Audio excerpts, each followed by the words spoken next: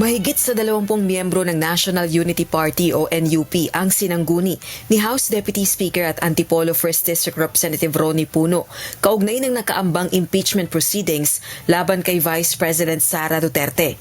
Pero paglilinaw nito, hindi posisyon ng buong partido ang inilabas na pahayag na malibang may bago at matibay na ebidensya, malamang na hindi ito suportahan ng NUP.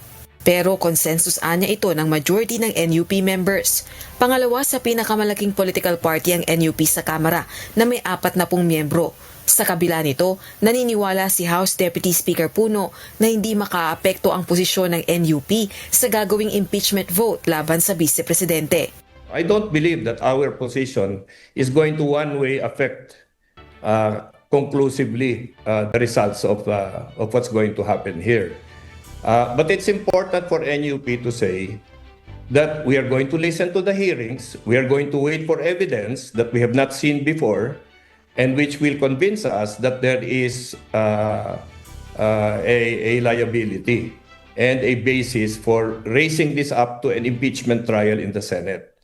Taliwas naman ito sa paniniwala ni House Justice Chairperson at Batangas 2nd District Representative Jervil Luistro. Pero binigyang diin ito, depende pa rin ang resulta sa mangyayaring deliberasyon sa mga reklamong impeachment. Considering that NUP is one of the biggest parties, no? Siguro it's fair to say na somehow it will affect the standing of the House members, no? But of course, we have to consider as well, wala pa naman pong nangyayaring deliberation before the Justice Committee.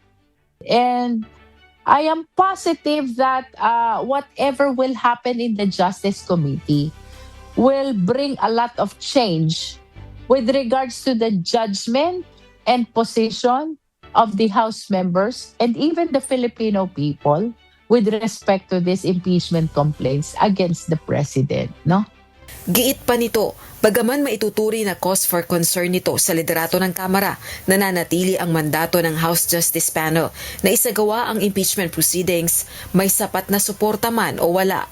Rosa Licoz, UNTV News and Rescue. Diyos ang aming sandigan, serbisyo publiko ang aming pinahahalagahan.